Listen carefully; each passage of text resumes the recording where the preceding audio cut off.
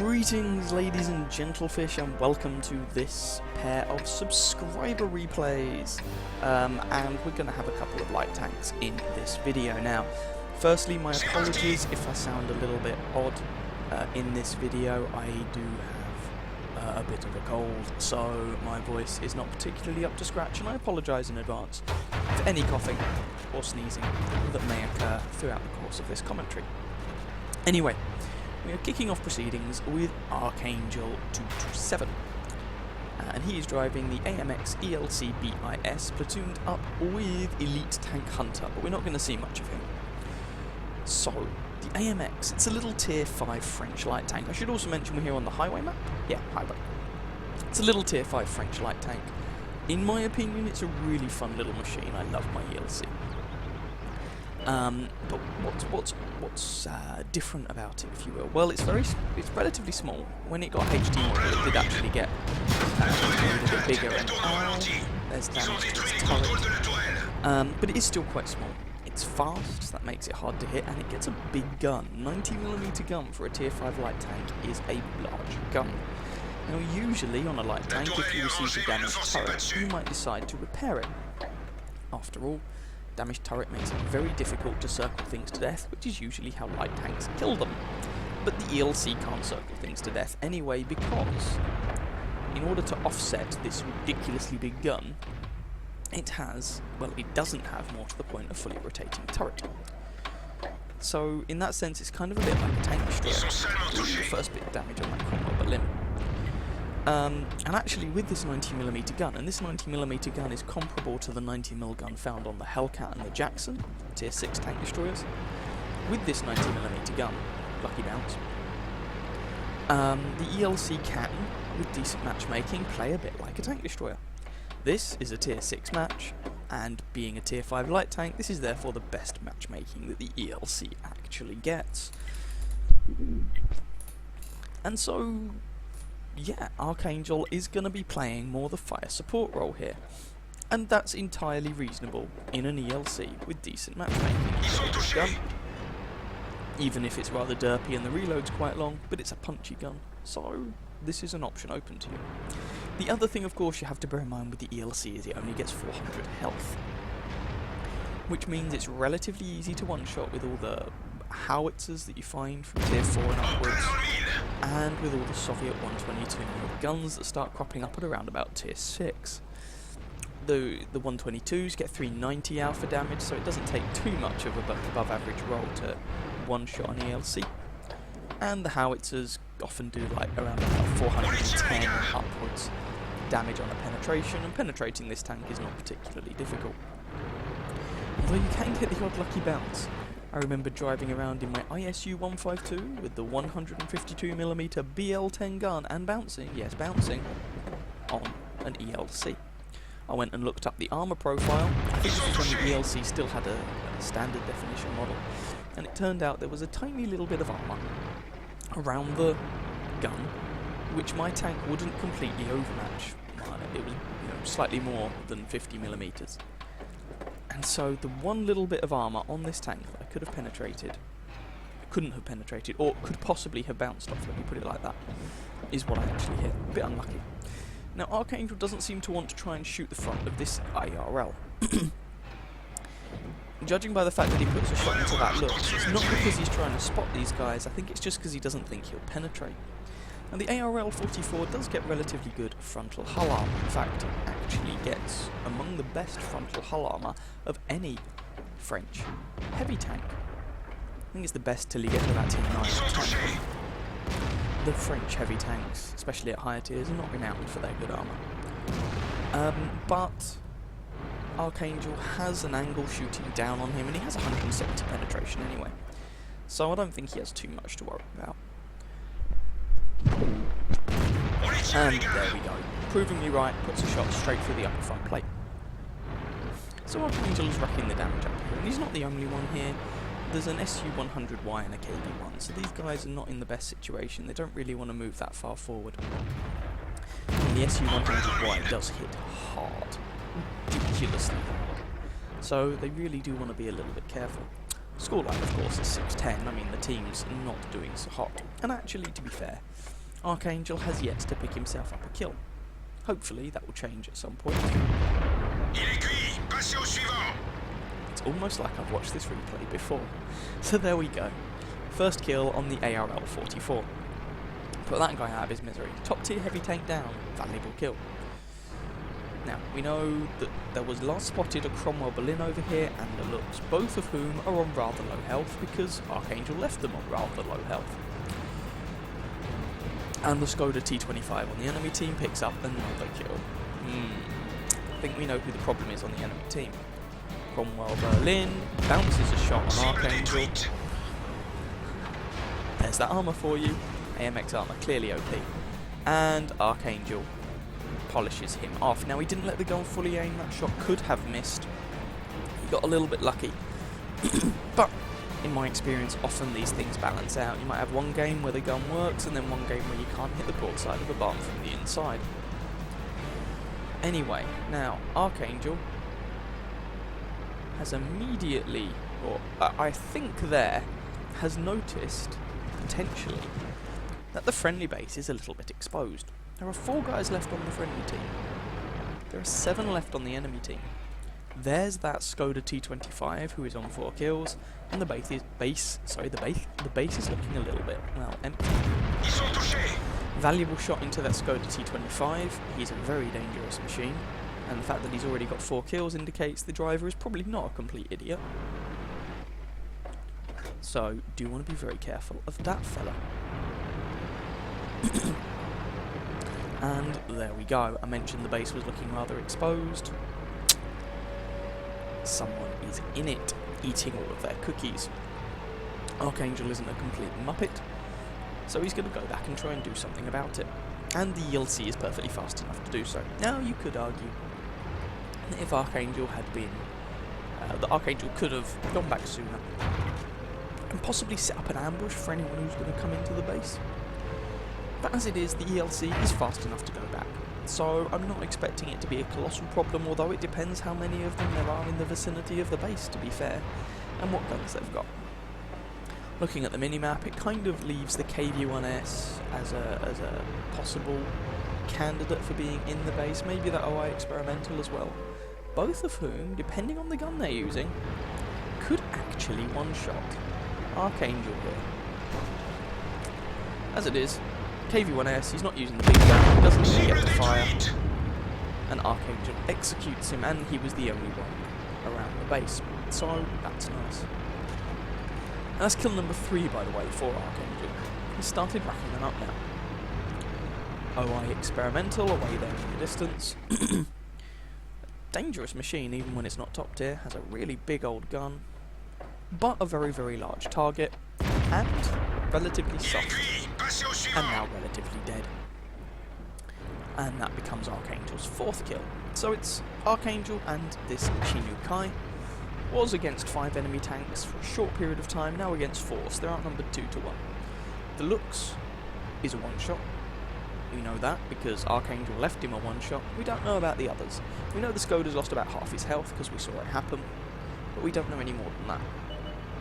And there's the VK3001H. Not the best armoured tier 5 heavy tank in the world, generally not considered a particularly great machine, and that was unlucky. Well aimed shot, goes straight into the front of the turret of the VK and bounces. 170 penetration, doesn't usually struggle with this target, but there we go.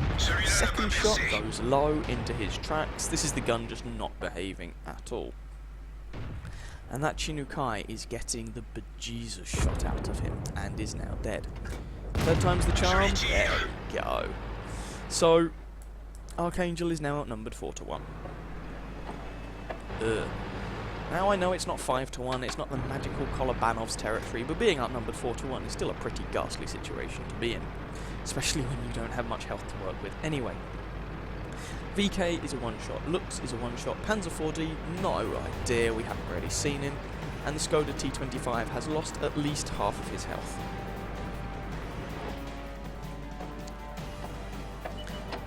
And there's the VK. Now if these guys all come at once, the reload on the ELC is so bad that Archangel will die.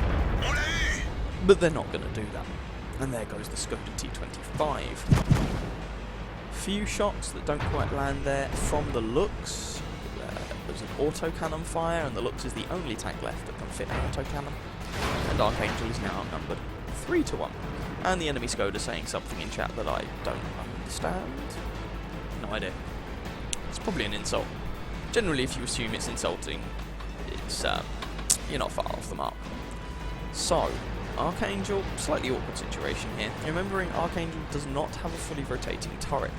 So imagine that you were in a tank destroyer in this situation. A fast tank destroyer, but a tank destroyer nonetheless. VK 3001H, and screw you Archangel, shot goes low. And thus Archangel loses more of his not very considerable health. Hit point pool. Looks like he's trying to set up an ambush for this guy. And kills the guy, but surprise looks, these guys actually attacked at the same time, which was a sensible thing to do. Now, looks damages Archangel's ammo rack. Archangel isn't having any of that. Repairs the ammo rack and executes the looks. And that just leaves a Panzer 4D on an unknown amount of health. But Archangel is definitely a one-shot for him. But, on the flip side, 4v1 has become 1v1. There's the Panzer 4D. He is a one-shot. Archangel trying to bait out a shot, does so, but the Panzer 4D does have quite a good reload. Does reload, bounces, that was a little bit lucky, I guess makes up for the terrible gun performance against that VK. Archangel executes him, and that is the game. So, let's go and have a look at those post-battle results. And here we go. So, perhaps unsurprisingly, ace tanker for Archangel there, bruiser, duelist, fire for effect, high caliber top gun, and the Radley Walters medal for picking up 8 kills. Radley Walters in a light tank, you don't see that very often. No Kolobanovs, unfortunately, because Archangel was only ever outnumbered 4-1. Only, he says, not 5-1, but still a really good result and a very nice comeback. 2,973 damage done. Let's just order it by XP. 1,554 base experience, 8 kills. I mean, he did way more than anyone else on his team. Although a shout out is due to the Chinukai, who got 1,440 damage. It's a good result in a Chinukai in a tier 6 game. On the enemy team, you can see just how dangerous that OI experimental can be. 3 kills, but 2,600 damage in a tier 5 heavy tank in a tier 6 match. Commiserations to him, not quite enough. And also to the enemy Skoda T25, 1,955 damage, 5 kills, again, not quite enough, but good efforts from both of them. And this, I believe, was actually Archangel's first ever Radley Walters medal, so congratulations to him on that. 23 shots fired, 22 hits, most of them hit, but some of them didn't penetrate because they just went into the tracks or bounced off gun mantlets in daft ways. So, almost 3,000 damage, 2,973, most of which was actually, about 2,000 of which was actually from relatively close range. So he wasn't just camping bush and sniping. Received 17 hits. Now, bearing in mind some of those were from the Lux's little autocannon, of which 9 penetrated and 8 did not. That is lucky. You can't usually expect the armor on the ELC to bounce anything, but he managed to block 365 damage with his armor. 10 enemy vehicles damaged, that's 2/3 of the enemy team, of which he killed 8, 61 base defense points, travelled over 4 kilometers. With a standard account, he made a 21,000 credit profit, despite burning through some valuable-ish consumables, and a nice amount of experience into the bargain. So there we go. Really nice game there in the ELC from Archangel 227, so well done to him. Let's move on to the second game of this video. Here we go then with another run out in a light tank, and as you can probably tell, I did the recording of this particular game at a different time to the previous game, so I actually have my voice intact this time. Therefore you may have slightly needed to adjust the volume settings, my apologies about that. So this replay has some similarities and some differences with the previous. Firstly, we've gone from a French machine to an American machine. This is the T49, Tier 8 American light tank. Like the previous machine though, like the ELC, it has a kind of derpy gun, but it sort of takes that to an extreme. Basically the T49 is what happens when an ELC, or probably actually an M41 Walker Bulldog, and a KV2 are left alone in the same room for a little bit too long and a plentiful supply of alcohol. And thus you get the T49. It's a light tank, but it's a kind of sluggish light tank. However, it packs a 152mm howitzer. And so there's that. This is a tier 10 game. It's being driven for us today, by the way, by Isla from the EU forum. You may remember seeing one or two of their games before. And he's here on Prokhorovka. No, it's Fiery Salient. Sorry, it's Prokhorovka with a reskin, and yes, I know. The graphics are still set to not particularly shiny. That's because I'm having a number of problems with the World of Tanks client. Crashing on me if I try and use better graphics settings, despite the fact that my PC is more than capable of handling it, but never mind. Anyway, Isla has decided to come over to the hill up here on the 0 line, managed to derp that STB1 in the side. This is a tier 10 game, by the way, so this is kind of bottom of the rung matchmaking for the T49. But I guess if you're going to be in a tier 10 game, the T49 is not the worst machine to be in that situation with it, because your bread and butter are firing 152mm high explosive shells, so you don't really, well, I was going to say you don't care if you penetrate or not. You do care, because if you can penetrate them, you do stupid amounts of damage, 910. But you're not necessarily expecting to penetrate them, you're expecting to just blat them in the face, do a bit of damage, and force them to repair their tracks or something. But when you do penetrate, it's hilarious. Much like the KV2. Although the KV2 is obviously a tier 6. Anyway, I'm rambling. Scoreline is 1-4, so the friendly team hasn't got off to the best start in the world, having lost so far a T110E5 Object 140 Batchat 15558 and a tier 9 Waffle Thrower. Although they just managed to claim a Batchat 25 ton on the enemy team and an opposing Object 140. So it's been made slightly better, but the friendly team are still trailing. Isla's going for a number of long-range shots here, though. Are these bushes going to work? Yes, they are. Though, I mean, this is a howitzer. The gun aiming stats on this thing are bloody awful.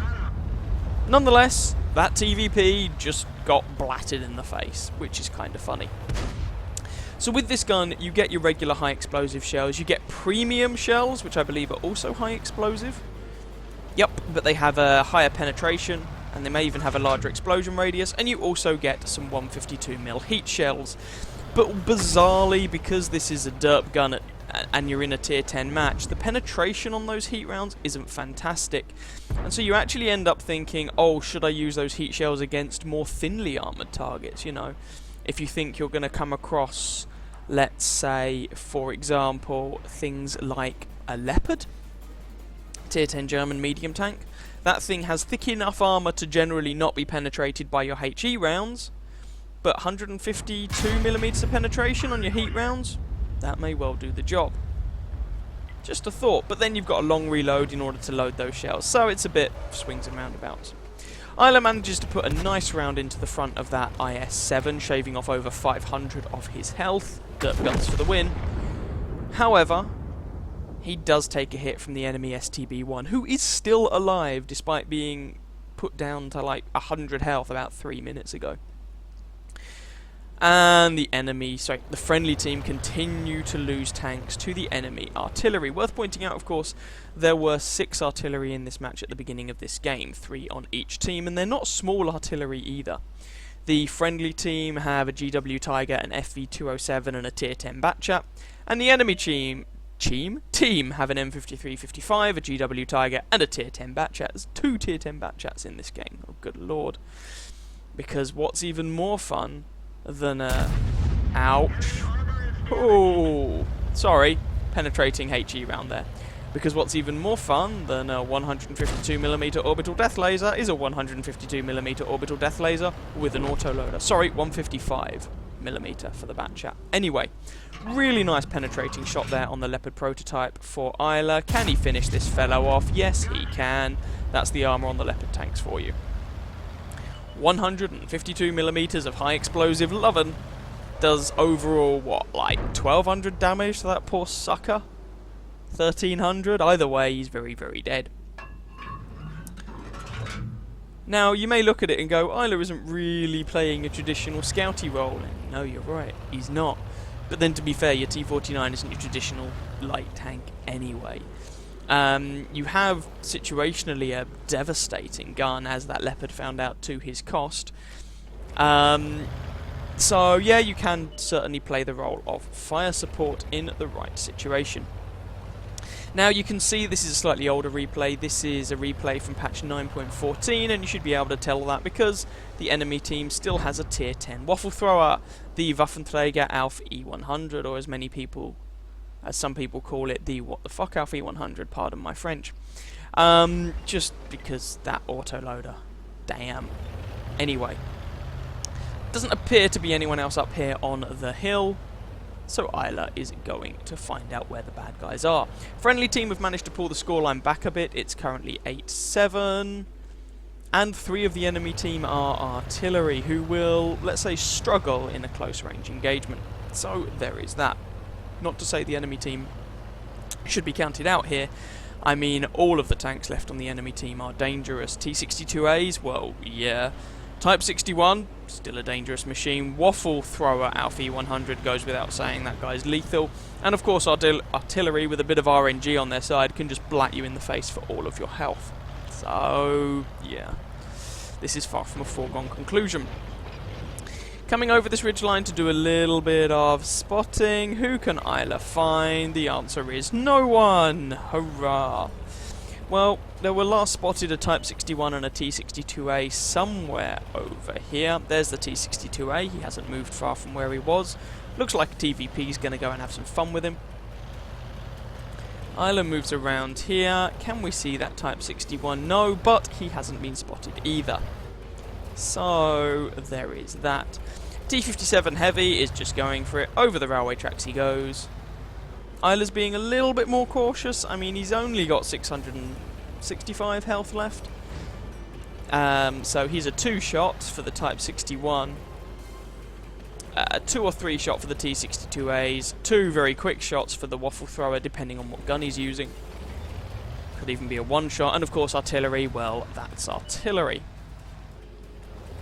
There's the T62A. Isla has been joined by a Centurion.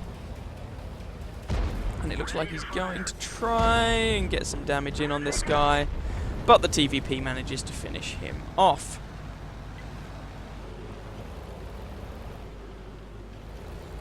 And now let's see what is left. So another T62A on the enemy team, the waffle thrower, Type 61, and a trio of artillery pieces. I must admit, if I were Isla here, I think I'd have gone over the railway lines and down in under sort of one of the ridge lines to the right-hand side, and be trying to spot people from above that ridge line. I'm pretty sure the T49 is fast enough to probably dodge most long-range fire that would be coming towards him if he picks a kind of, well, if he doesn't drive in a straight line, basically. So I think that's what I would be doing. Just to try and move the pace forward a little bit and try and, well, spot some of the bad guys. I mean, the T49 may not be the fastest light tank in the world, but it's still faster than any other tank on the friendly team.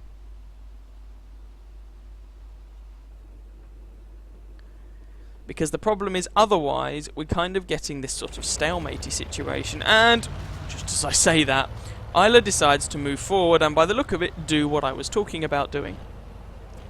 Because if you come down into this low ground here, which is exactly what Isla's doing, you've got these sort of ridge lines between you and the enemy, so you can use your gun depression to poke over, you can use these ridge lines to hide yourself. There's the tier 10 waffle thrower, and there's all the pain he's receiving, because as soon as he gets spotted, all of the friendly team have... Ooh, there's a heat round, no idea why they've got heat loaded. All of the friendly team have been aiming at that location, and it's not as if the guy really has much in the way of armor anyway, so he just gets deleted. Interesting that Isla eats a heat round there. If you have a look at the tanks that are actually on the friendly team, you don't really need a heat round to penetrate any of them. So that's an interesting ammunition choice, but to each their own. If they want to lose more credits, they want to lose more credits. That's up to them. Now, having taken that one hit, and I think it was from the Type 61, because if it was from the T62A, that was a very high damage roll. But having taken that hit, Isla's in the awkward position that he's a one-shot for anyone now. So, caution is not a terrible idea. Object 140, though, is also moving forward on the friendly team.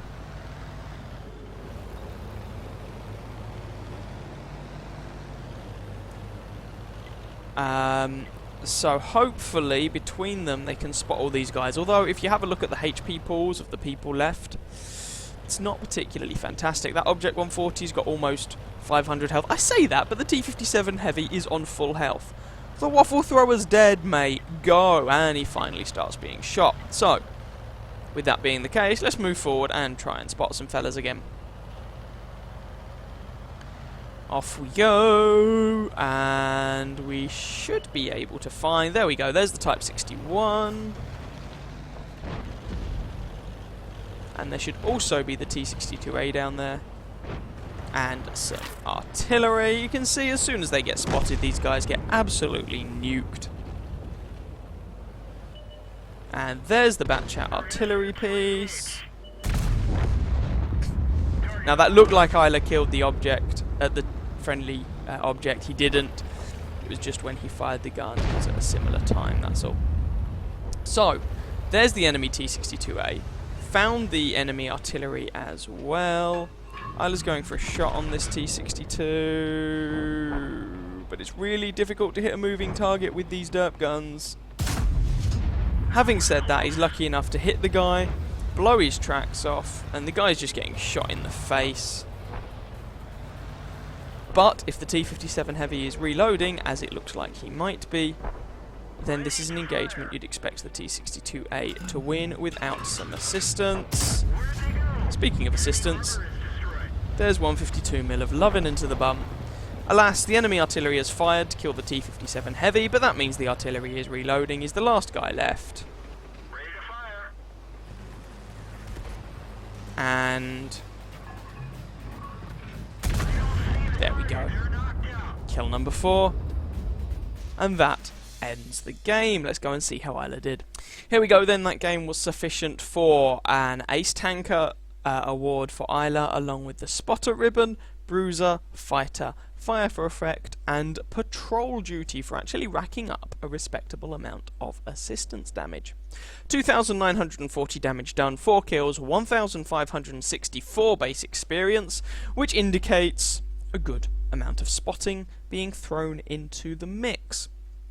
12 shots fired, 8 hits, 8 penetrations, 3 splash damage for that damage count, and most of that damage was from relatively close range. 5 enemy vehicles spotted, 6 of them damaged, 4 destroyed, and 5,739 assistance damage. Travelled over 4.5, or almost 4.5 kilometres, sorry, and with a premium account made a 44,000 credit profit. Times 5 experience event on at the time, so that's quite a nice amount of experience there for Isla's T49. So I hope you guys enjoyed that pair of outings in some light tanks.